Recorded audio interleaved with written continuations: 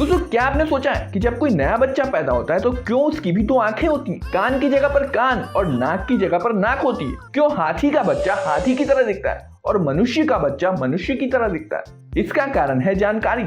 ये जानकारी genetic material में एनकोडेड रहती है और रिप्रोडक्शन के दौरान एक पीढ़ी से दूसरी पीढ़ी तक ट्रांसफर हो जाती है। रिप्रोडक्शन यानी कि दोबारा बनाना, ये एक ऐसा प्रोसेस है जिससे एक जीव अपने ही जैसे दूसरे जीव की रचना करता है। रिप्रोडक्शन 2 तरह का होता है, एसेक्सुअल रिप्रोडक्शन और सेक्सुअल रिप्रोडक्शन। एसेक्सुअल रिप्रोडक्शन में एक ही प्राणी अपने जैसे दूसरे प्राणी की रचना करने में सक्षम होता है, इसमें किसी दूसरे की कोई भागीदारी नहीं होती है। पर सेक्सुअल रिप्रोडक्शन में एक नए जीव की रचना करने के लिए 2 प्राणियों की जरूरत होती है, जिसमें एक प्राणी को हम मेल कहते हैं और दूसरे प्राणी को हम फीमेल कहते हैं। जैसा कि आप लोग जानते ही होंगे कि मनुष्य सेक्सुअली रिप्रोड्यूस करते हैं और सेक्सुअल रिप्रोडक्शन की शुरुआत होती है सेक्स सेल या गैमेट्स के बनने से।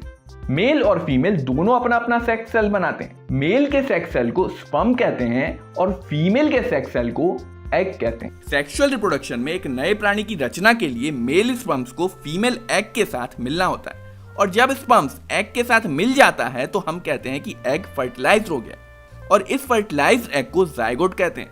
दोस्तों आज का वीडियो बेहद खास होने वाला है क्योंकि आज मैं आपको इस 3D डिवाइस का इस्तेमाल करके रिप्रोडक्शन का कॉन्सेप्ट एक्सप्लेन करने वाला। इस डिवाइस का इस्तेमाल करके हम कई सारे नए नए एजुकेशनल मॉडल्स को 3D में देख सकते हैं और उसके कॉन्सेप्ट को बेहद आसानी से समझ सकते हैं। इस 3D मॉडल में आप आसानी से देख सकते हो कि कैसे जो स्पर्म्स हैं वो एग के साथ मिल रहे हैं और जाइगोट बना रहे हैं। बस इतना ही नहीं, आप इस डिवाइस का इस्तेमाल करके वर्चुअल रियलिटी में भी 3D मॉडल को विजुअलाइज कर सकते हो। इसमें बिल्कुल आपको ऐसा फील आएगा जैसे 3D मॉडल जो है वो बिल्कुल आपकी आंखों के सामने रखा हुआ और इसे आप इस कंट्रोलर की मदद से एडजस्ट करके व्यू चेंज भी कर सकते हो। दोस्तों अगर आपको ये प्रोडक्ट पसंद आता है और आप भी इसे इस्तेमाल करके देखना चाहते हो तो आप इसे टेक्सार की ऑफिशियल वेबसाइट या Amazon से भी परचेज कर सकते हो। लिंक मैंने डिस्क्रिप्शन में दे दिया है। पुरुषों और खास कर की स्त्रियों में कुछ ऐसे ऑर्गन्स होते हैं जो एक नए मनुष्य की रचना करने में सक्षम होते हैं।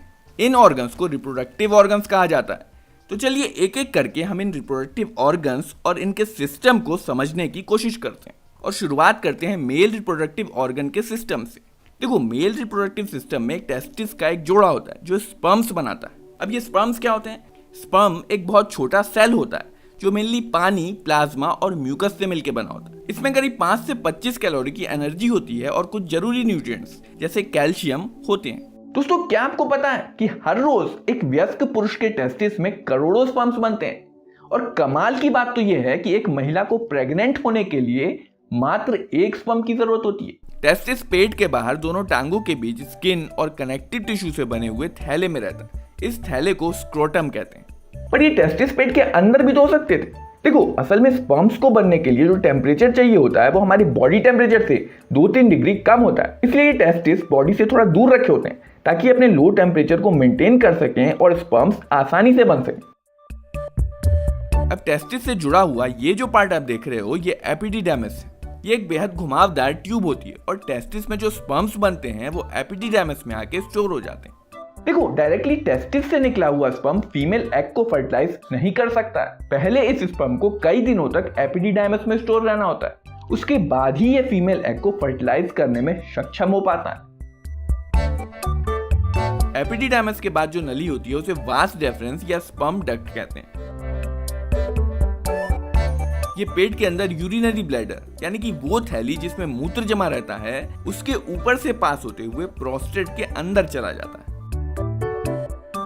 अब प्रोस्टेट के अंदर आप देखो, ये जो स्पर्म डक्ट है ये मूत्र नली से मिल रहा है। असल में मेल में मूत्र और स्पर्म दोनों एक ही नली से बाहर निकलते हैं और इस नली को कहते हैं यूरेथ्रा।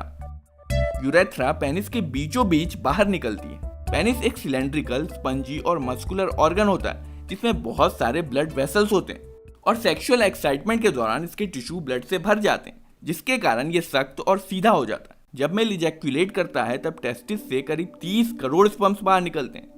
सभी का बस एक ही उद्देश्य होता है, फीमेल एग के साथ मिलकर उसे फर्टिलाइज कर देना।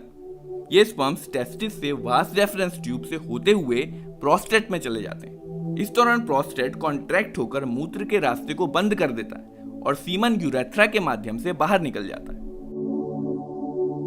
असल में स्पर्म अकेला बॉडी से बाहर नहीं निकलता है।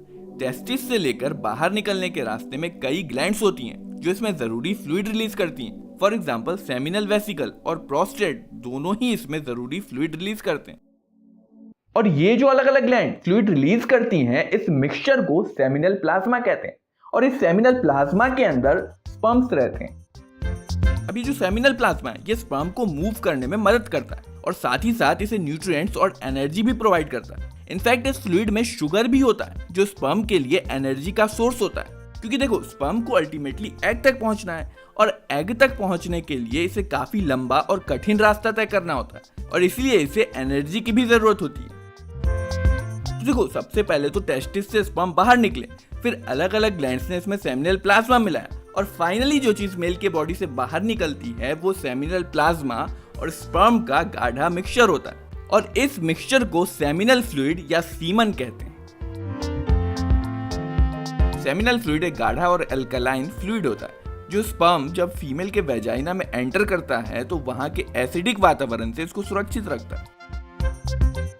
तो चलिए अब हम बात करते हैं फीमेल रिप्रोडक्टिव ऑर्गन्स की। यहाँ पर एक फीमेल बॉडी के पार्ट्स दिखाए गए। ये 3D व्यू बहुत इंपॉर्टेंट है क्योंकि इससे आपको अंदाजा हो जाएगा कि एक फीमेल की बॉडी में मेन रिप्रोडक्टिव ऑर्गन्स कहाँ पर होते हैं और उनका आकार क्या होता है। अगर हम इस मॉडल को पीछे से देखें तो ये जो ओपनिंग है ये एनस है। ये वो पार्ट है जहां से फीसस यानी कि मल बाहर निकलता है। और इसे अगर हम आगे से देखें तो ये जो ओपनिंग है ये है यूरेथ्रल ओपनिंग यानी कि मूत्र द्वार, यहाँ से मूत्र बाहर निकलता है। और ये यूरेथ्रल ओपनिंग यूरेथ्रल ट्यूब के माध्यम से ब्लैडर से जुड़ी होती है। ब्लैडर ही वो जगह है जहां पर किडनी से निकला हुआ मूत्र जमा रहता है। और तीसरी ओपनिंग जो है वो है वल्वा या वेजाइनल ओपनिंग। ये फीमेल के रिप्रोडक्टिव सिस्टम का पार्ट है।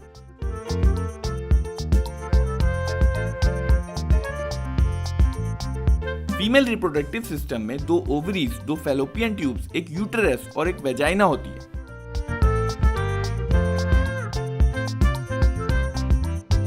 मेल रिप्रोडक्टिव सिस्टम से अलग फीमेल रिप्रोडक्टिव सिस्टम फीमेल की बॉडी के अंदर पेट के निचले हिस्से में मौजूद होता है।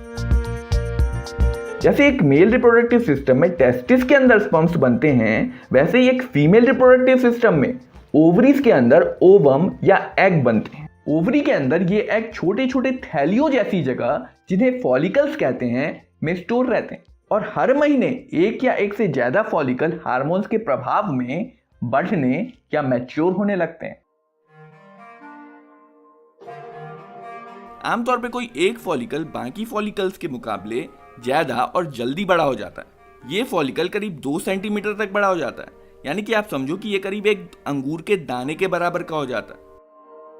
और जब ये फॉलिकल पूरी तरह से तैयार हो जाता है तो ये फट जाता है और इसमें से एग बाहर निकल आता है, जिसे हम ओव्यूलेशन कहते हैं। इसके अलावा ovaries female sex hormone, oestrogen और प्रोजेस्टेरोन भी रिलीज करती है। इसके बाद ये जो आप देख रहे हो ये फैलोपियन ट्यूब्स हैं। ये करीब 10 से 12 सेंटीमीटर लंबी होती हैं और इसका एक एंड जो है वो ओवरी के पास होता है और जो दूसरा एंड है वो यूटेरस में खुलता है। फैलोपियन ट्यूब्स ही हैं जो ओवरीज को यूटेरस से कनेक्ट करती हैं। अब यहाँ पे आप देखो फैलोपियन ट्यूब का जो ओवरी के पास वाला हिस्सा है वो थोड़ा फैला हुआ है और इसमें कुछ उंगलियों जैसे प्रोजेक्शंस हैं। जब ओवरी एग रिलीज करती है तो ये प्रोजेक्शन एग को फैलोपियन ट्यूब के अंदर पहुंचाने में मदद करते हैं। फैलोपियन ट्यूब का जो मेन काम है वो है ओवरी से एग को रिसीव करना और उसे यूटेरस तक पहुंचाना। यूटेरस, जिसे वूम या हिंदी में गर्भाशय या कोख भी कहते हैं, यही वो जगह है जहां पे एक शिशु प्रेगनेंसी के दौरान विकसित होता है। यूटेरस के निचले भाग को सर्विक्स कहते हैं और सर्विक्स जो है वो एक पतले रास्ते जैसा होता है जो यूटेरस को वेजाइना से जोड़ता है। वेजाइना फीमेल के शरीर के बाहर वेजाइनल ओपनिंग के माध्यम से खुलती है। सेक्सुअल इंटरकोर्स के दौरान मेल फीमेल के वेजाइना में पेनिस इंसर्ट करता है और सर्विक्स के पास सीमन रिलीज करता है। इस सीमन में करीब 30 करोड़ स्पर्म्स होते हैं। अगर परिस्थितियां सही रहीं तो इन 30 करोड़ स्पर्म्स में से एक स्पर्म एग के साथ मिल जाएगा और आगे चलकर शिशु के रूप में जन्म ले पाएगा। पर एग तक पहुंचने के लिए इन स्पर्म्स के पास एक सीमित समय, क्योंकि फीमेल रिप्रोडक्टिव ऑर्गन के अंदर ये स्पर्म्स 1 से 3 दिन तक ही जिंदा रह सकते हैं। अब देखो सीमन जो बना है वो सेमिनल प्लाज्मा और स्पर्म से मिलकर बना है, तो सेमिनल प्लाज्मा जो है वो वेजाइना में ही रह जाता है और स्पर्म्स के पीछे ये जो स्पर्म्स की टेल है इसे हिला हिलाकर ये स्पर्म्स तैरते हुए सर्विक्स के रास्ते से आगे बढ़ते हैं। ये सर्विक्स एक पानी जैसा पदार्थ रिलीज करता है जिसे म्यूकस कहते हैं। ये स्पर्म को आगे बढ़ाने में मदद करता है। वहीं दूसरी तरफ ओवरी ने जो एग रिलीज किया था वो फैलोपियन ट्यूब के अंदर आ चुका है। अब देखो, फैलोपियन ट्यूब में ये कुछ छोटे छोटे बालों जैसे स्ट्रक्चर होते हैं जिन्हें सिलिया कहते हैं। सिलिया का बहुत इंपॉर्टेंट रोल होता है, ये एग को यूट्रस की तरफ धकेलते रहते हैं। इसके अलावा फैलोपियन ट्यूब में म्यूकस भी रिलीज होता है और साथ ही साथ इसकी मसल्स भी कॉन्ट्रैक्ट होती रहती हैं जो एग को यूट्रस की तरफ धकेलने में सहायता करती हैं। ये जो एग है इसकी जो सबसे बाहरी परत है उसे कोरोना रेडियाटा कहते हैं और इसके अंदर एक और सुरक्षा परत होती है जिसे जोना पॉल्यूसिटा कहते हैं। अगर स्पर्म को एग के न्यूक्लियस तक पहुंचना है तो इसे इन दोनों परत को भेदना होता है। ये जो आप देख रहे हो ये फैलोपियन ट्यूब का एम्प्यूला है। इसी रीजन में एग का फर्टिलाइजेशन होता है। अब देखो, फर्टिलाइजेशन के होने के लिए ये जरूरी है कि स्पर्म्स और एग दोनों एक ही समय पर इस एरिया में मौजूद हों, क्योंकि तभी तो स्पर्म एग को फर्टाइल करेगा। यही कारण है कि वेजाइना में अगर सीमन रिलीज हो भी जाता है तो भी यह जरूरी नहीं कि फीमेल प्रेग्नेंट हो ही जाए। जब स्पर्म सर्विक्स को पार करके यूट्रस में पहुंच जाता है तब यूट्रस की मांसपेशियों में होने वाले कॉन्ट्रैक्शंस इसे ऊपर की तरफ फैलोपियन ट्यूब तक पहुंचाने में मदद करते हैं। पर फैलोपियन ट्यूब में पहुंचना आसान नहीं होता। ज्यादातर स्पर्म्स तो सर्विक्स और यूट्रस के रास्ते में ही फंसे रह जाते हैं, इससे आगे वो बढ़ ही नहीं पाते। जो 20 करोड़ स्पर्म्स वेजाइना में रिलीज हुए थे उसमें से करीब 1000 स्पर्म्स ही फैलोपियन ट्यूब में एंटर कर पाते हैं। जहां एक तरफ फैलोपियन ट्यूब में मौजूद एग धीरे धीरे यूट्रस की तरफ बढ़ रहे होते हैं, वहीं दूसरी तरफ सैकड़ों स्पर्म्स जो फैलोपियन ट्यूब तक पहुंचने में कामयाब हो गए हैं वो एग की तरफ बढ़ रहे होते हैं। फाइनली इस लंबी और कठिन यात्रा के बाद करीब 200 से 300 स्पर्म एग को खोजने में कामयाब हो जाते हैं।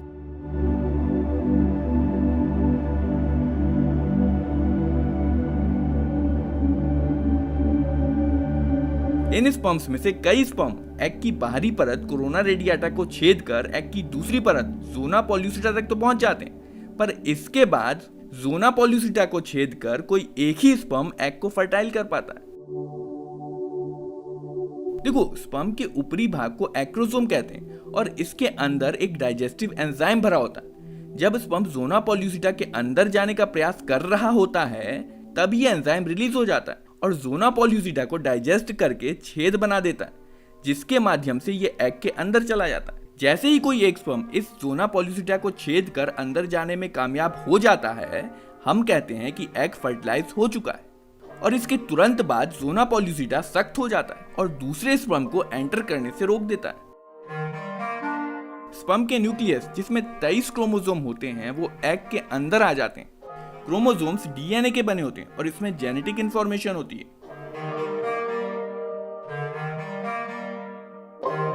इसके बाद एग और स्पर्म के न्यूक्लियस आपस में मिल जाते हैं और एग के 23 क्रोमोसोम्स और स्पर्म के 23 क्रोमोसोम्स कंबाइन होकर 46 क्रोमोसोम्स का एक नया सेट बना लेते हैं। ये एक नए मानव की जानकारी है जो तुरंत ही लिंग, आंखों का रंग, बालों का रंग और कई दूसरी चीजें निर्धारित कर देता है। इस फर्टिलाइज्ड एग को जाइगोट कहते हैं और फर्टिलाइजेशन के बाद ये डिवाइड होना शुरू हो जाता है। जाइगोट फैलोपियन ट्यूब से यूट्रस की तरफ बढ़ता रहता है और साथ ही साथ इसके सेल्स 1 से 2, 2 से 4, 4 से 8 इस तरह से डिवाइड होते रहते हैं। 5 से 6 दिन बाद जब जाइगोट यूट्रस में पहुंचता है तो ये 16 सेल में डिवाइड हो चुका होता है और इस 16 सेल वाले जाइगोट को अब ब्लास्टोसिस्ट कहा जाता है। इसके बाद ब्लास्टोसिस्ट अपने बाहरी कवच जोना पॉल्यूसिटा से बाहर आ जाता है और यूट्रस की दीवार जिसे एंडोमेट्रियम कहते हैं उसमें धंस जाता है।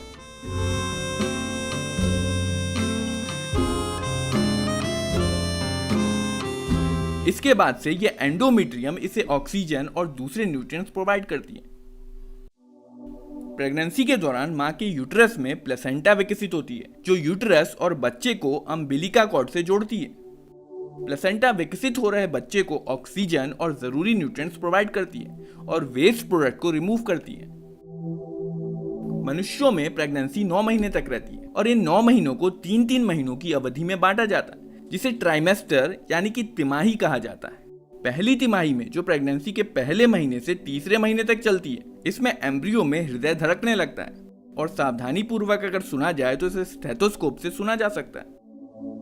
प्रेगनेंसी के दूसरे महीने के अंत तक बच्चे के पैर, हाथ और अंगूठे निकल आते हैं और 12वें सप्ताह के अंत तक बच्चे के ज्यादातर महत्वपूर्ण ऑर्गन सिस्टम जैसे brain, lungs, liver, kidney etcetera विकसित हो चुके होते हैं।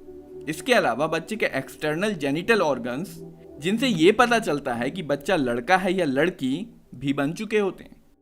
प्रेगनेंसी की दूसरी तिमाही में जो चौथे महीने से छठे महीने तक चलती है, बच्चा बड़ा और मजबूत हो जाता है। बच्चे की पहली गतिविधियां और उसके शरीर पर बालों का निकलना सामान्यतः 5वें महीने में देखा जा सकता है। बच्चा अपनी आंख खोल और बंद कर सकता है, अपना अंगूठा चूस सकता है और आवाजों और स्पर्श के प्रति प्रतिक्रिया भी दे सकता है। 24वें सप्ताह के अंत तक बच्चे का शरीर छोटे छोटे बाल, जिन्हें लूनुको कहा जाता है, से ढका होता है। पलकें अलग हो जाती हैं और पलक के बाल भी बन जाते हैं। प्रेगनेंसी की तीसरी तिमाही में जो प्रेगनेंसी के 7वें महीने से 9वें महीने तक चलती है, बच्चा जन्म लेने के लिए लगभग तैयार हो जाता है। इस दौरान वो अपना वजन और फैट बढ़ाता है, जो उसे जन्म लेने के बाद गर्म रखने में मदद करते हैं। इस दौरान वो कुछ हुनर भी सीखता है, जैसे सांस लेना, निगलना और चूसना। वो अपनी माँ की आवाज और गंध को पहचान सकता है। गर्भावस्था के 9 महीने के अंत में बच्चा पूरी तरह से विकसित हो चुका होता है और माँ की कोख से बाहर निकलने के लिए तैयार होता है।